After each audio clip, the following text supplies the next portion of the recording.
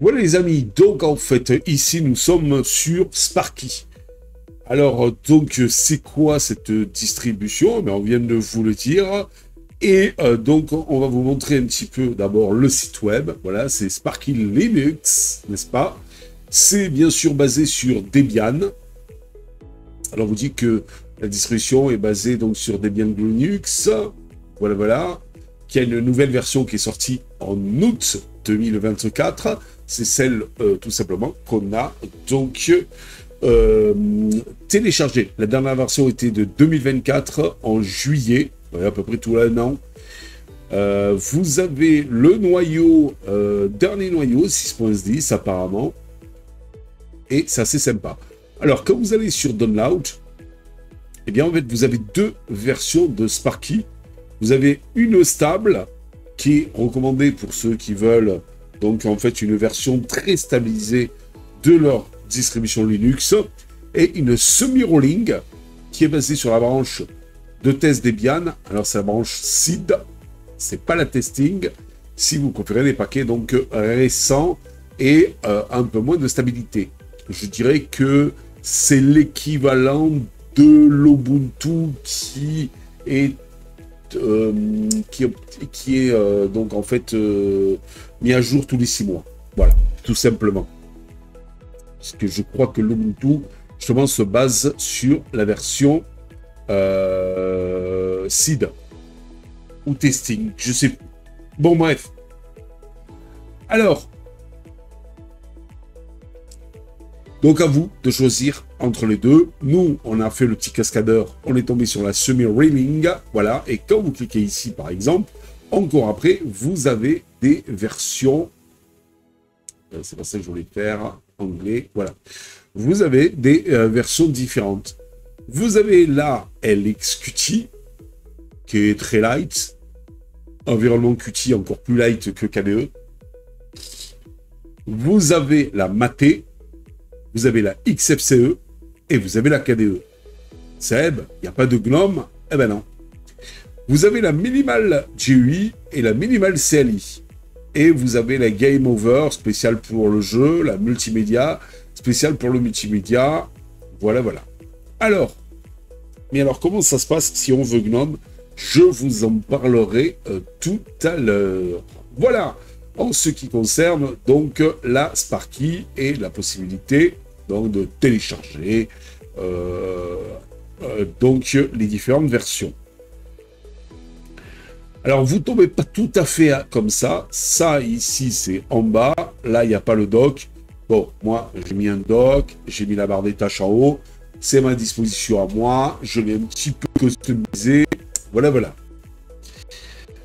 Alors, si on va là, et si on va dans Système, vous avez un truc qui s'appelle, une fois que vous l'avez installé, vous avez un truc qui s'appelle apt-tus apt center. Et c'est là où, si on n'aime pas KDE, c'est ouais, bon, Sparky, ok, c'est bien, mais c'est avec KDE, moi je préfère GNOME, et tout ça. Et là-dedans, eh bien, vous avez les accessoires, les desktops, les développements, l'éducation, service, game, graphique, office, multimédia, tout ça pour les applications. Mais si vous allez dans desktop, et là, vous vous apercevez que vous pouvez mettre à peu près le desktop que vous voulez. On va reconnaître Bulgy, Cinnamon, celui de Linux Mint. On va, donc, la version GNOME Flashback, c'est la version standard, la version GNOME tradition, enfin la version standard, la version old school, je dirais plutôt, et ça c'est la version standard, la GNOME Shell. Ah, vous avez i3, vous avez KDE Plasma, bon, c'est celle qu'il y a actuellement. Vous avez LXDE, la LXUT, bon, il y a déjà, et Maté, vous avez déjà les ISO de fait, vous voyez, OpenBox, Sway, Trinity, Uki, voilà, voilà. Et XFCE, vous l'avez déjà. Uki, ah, il n'y a pas de screenshot. C'est normalement l'environnement de bureau de la version chinoise d'Ubuntu. voyez, donc vous pouvez installer, et après au reboot, bien sûr, sélectionnez les DE que vous voulez avant de vous loguer. Donc, en fait, le DE que vous voulez. C'est quand même pas mal. Et là, par exemple, vous pouvez aller dans Multimédia, et là, vous avez donc différentes rubriques. Vous voyez, par exemple, les Video Tools, pardon, les codecs. Vous avez donc les codecs donc éventuellement supplémentaires. Vous y cliquez simplement dessus. Et là, bon, il y est déjà, mais sinon, vous cliquez sur Installer, et puis voilà. Et ici, dans Video Tools, vous voyez, vous avez Cinelara, vous avez Flowblood, Knife, Lightworks. Et vous avez quand même pas mal de choses sympathiques. Oignon Media, je ne connaissais pas ça. H-Test, Particule, Tube. Voilà. Enfin, vous avez quelques-uns, donc des trucs assez sympas. Tout est classé. Alors, moi, par exemple, si je vais ici dans Hop, Office, je me dis, tiens, est-ce qu'il y a ma suite? Je vais dans Office Suite, et là, vous avez Only Office. Vous avez Open Office, Microsoft Online, si vous êtes abonné à 360, LibreOffice, FreeOffice, Calligra. Je ne sais pas si Calligra, c'est encore... à jour tout ça, et WPS Office, Calligra étant la suite bureautique de Monsieur KDE. Vous voyez, donc c'est sympathique. Là, dans Aptitus, vous avez des trucs pour rafraîchir la liste des paquets, vous voyez, full upgrade, installer les paquets donc à partir d'un fichier local, d'un répertoire, vous pouvez clean or deb cache, vous pouvez nettoyer le cache, vous voyez, installer des paquets, des langages, voilà, c'est quand même relativement sympa. Ici, cherche, c'est pour chercher un paquet. Voilà. Info, c'est l'info sur l'App Center. Exit pour quitter. Donc vous voyez, c'est assez sympa. Par contre, je me suis dit, mince, Seb, il n'y a pas de 1. Il n'y avait pas donc Discover installé. Donc je me suis dit, ça c'est dommage. Et 2, il n'y avait pas de... Ici, quand vous alliez dans Internet, vous n'aviez pas de client de navigateur web à part celui-ci. Conqueror. Voilà. Alors, je ne me suis pas embêté la vie. Eh bien, ici, dans le système, voilà, je suis allé là, dans leur truc center. Je suis allé dans Internet, dans Web Browser, parce que Conqueror, c'est pas trop mon truc. Et ici, vous aviez Google Chrome. Et là, vous avez tous les navigateurs, plus ou moins, qu'on peut avoir. Vous voyez, même Microsoft Edge. Donc, c'est quand même relativement sympa. Pour installer Discover, j'ai fait ça.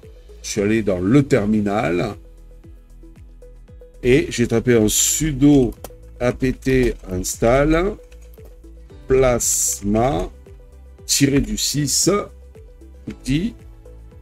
Discover. Voilà, tout simplement. Alors, je laisse un petit peu, donc en fait, la fenêtre.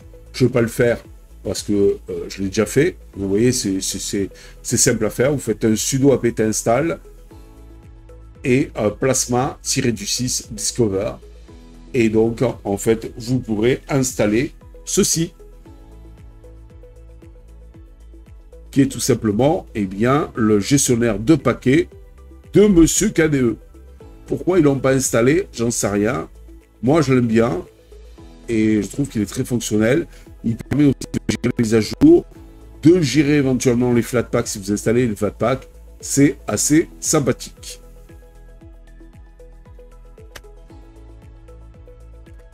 au niveau du noyau, on va faire un petit name tiré du 6A. Et là, vous pouvez voir que c'est un noyau 6.10.3. Voilà, tout simplement. Ce qui est quand même sympa aussi.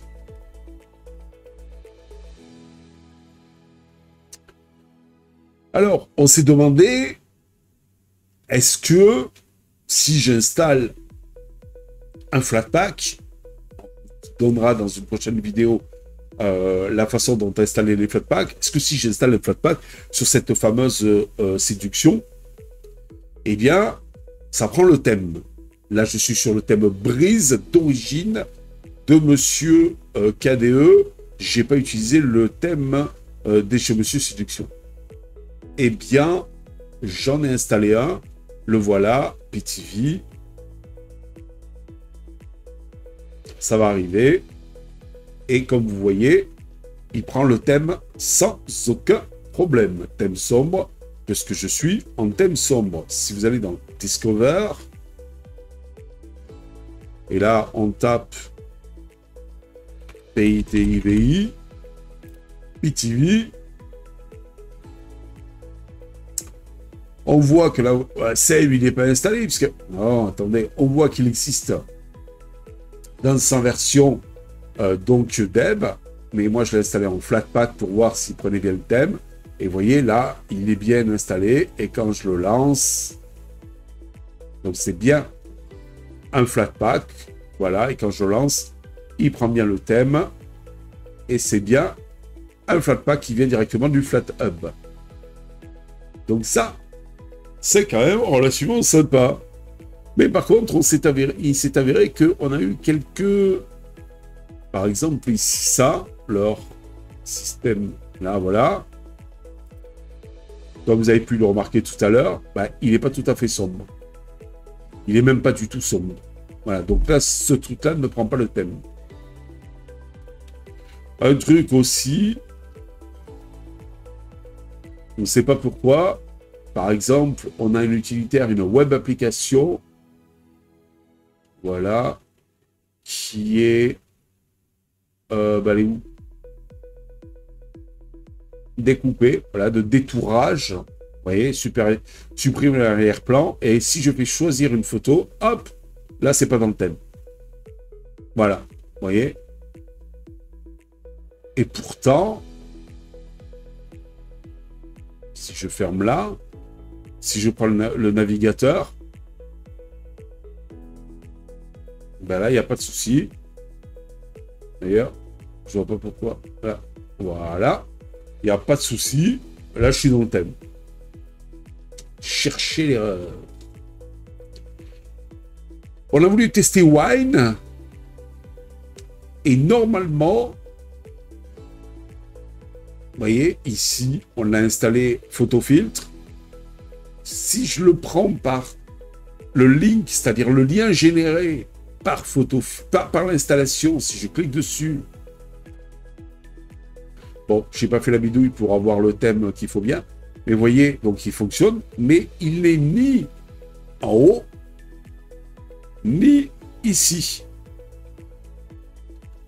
Le problème, c'est que dans certaines distributions, si je vais là, ici, là, j'ai un truc qui s'appelle Wine. Et quand je clique dessus, hop, j'ai donc le logiciel. Et là, il s'affiche forcément ici. Ben là, non. Allez chercher pourquoi. Et si je fais ici chercher photo filtre, obtenir photo Flarnor, vous voyez, donc dans le document, j'ai ceci, mais malgré tout, je clique dessus, il se lance, mais ni là, je l'ai. Que dans notre description, il apparaît. Autre chose, vous allez me dire, mais c'est quoi ce docsem que tu as pu avoir avec les faits comme Mac et tout ça, etc., que tu as pu avoir sur Mister KDE. Je regarde, voilà, c'est bon. Eh bien, je l'ai eu parce que si on va ici, tout à l'heure, rappelez-vous, je vous avais dit, c'est un petit peu comme sur Monsieur Ubuntu. Cette version branche seed. Et bien, comme chez Monsieur Ubuntu, si vous allez aller dans les informations, voilà, Sparky Linux 12, parce que c'est sur Debian 12, eh bien, vous êtes sur du 5.27.11, du K2 Plasma version 5 et pas 6. Vous avez bien le noyau ici, et vous êtes sur X11. Vous voyez, c'est sur mon PC de test. C'est mon PC portable de test qui n'est pas un foudre de guerre. C'est mon Lenovo ThinkPad T470 avec un i5 6200U et avec 16 Go de RAM. Et avec une carte HD, même pas 620, mais 520, s'il vous plaît. Voilà, c'est un Lenovo. Ici, ThinkPad T470. Donc, voilà. Vous n'êtes pas sur la version 6. C'est pour ça que l'ATDoc, ici, fonctionne très bien.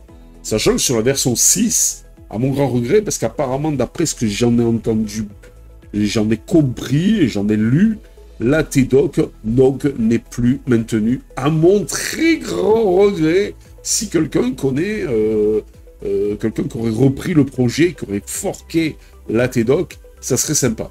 Pour la version 6, bien entendu, de Monsieur KDE.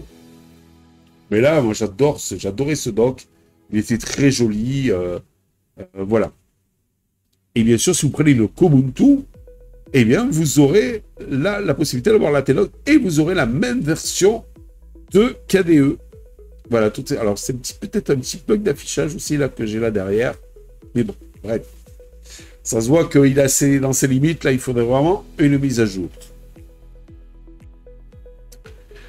Sinon, à l'époque, j'avais testé Sparky et il fallait qu'à la main, je mette tous les fichiers, documents, images, vidéos et tout. Là, ils l'ont mis. C'est quand même super sympa. Écoutez, vous avez vu, je vous l'ai montré, c'est pas un foudre de guerre. Et pourtant, sur ce que je le teste, et pourtant, je trouve qu'il est hyper rapide.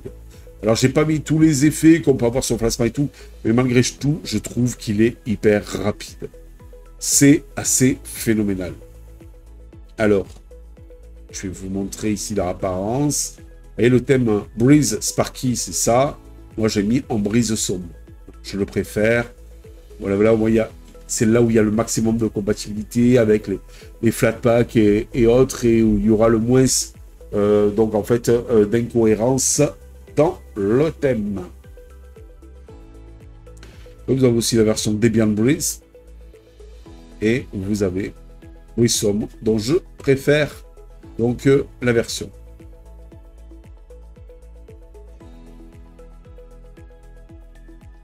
Voilà.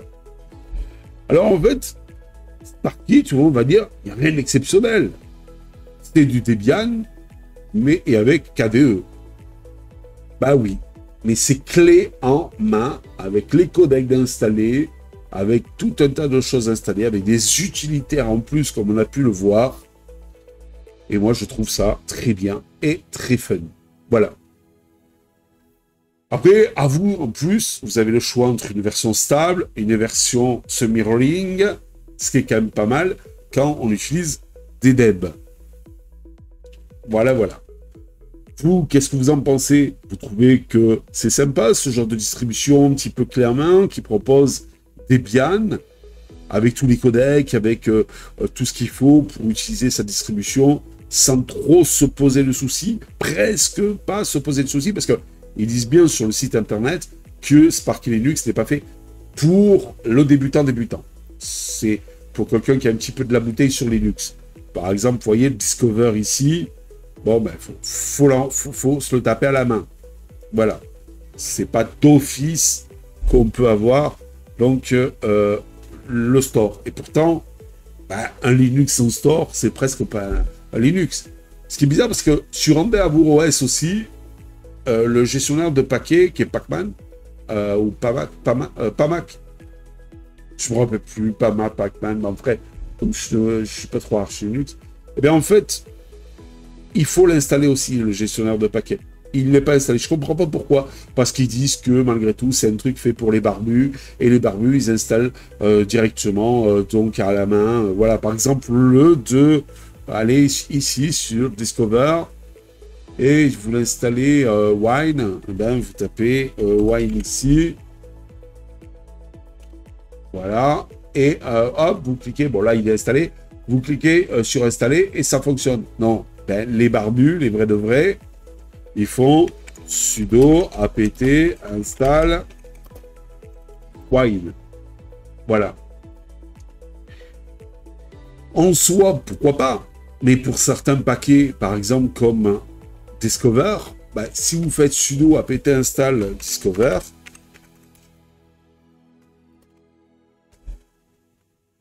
il dit, eh ben voilà, il fait rien du tout. Pourquoi? Parce que Discover, il connaît pas. Parce que c'est plasma-discover. Vous voyez, des fois, quand on ne connaît pas les noms des paquets, ça peut être problématique. Alors, vous allez me dire, c'est peut-être pour ça qu'ils ont mis leur outil à eux, qui est là.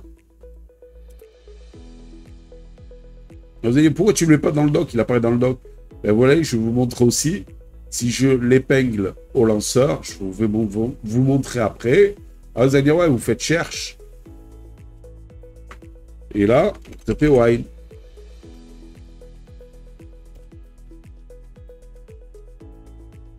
Et vous ne trouvez pas. C'est chaud, ça. Vous tapez Discover. Et vous ne le trouvez pas aussi. Ah, bah alors, je vois pas trop l'intérêt, là. Hein. Audacity.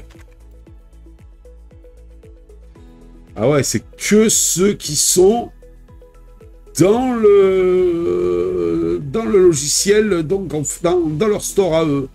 Ouais, donc bon, bah, on voit pas trop l'intérêt. Alors, vous allez me dire, ouais, mais pourquoi t'as pas mis là, tu vois, tu le prends, Seb, voilà, tu le mets là, et ça te fait le Discover, ben, le magasin d'applications de chez Monsieur KDE, qui a l'avantage aussi, c'est qu'il gère les Flatpak, voire même les snaps et donc ben, les fichiers dev standard.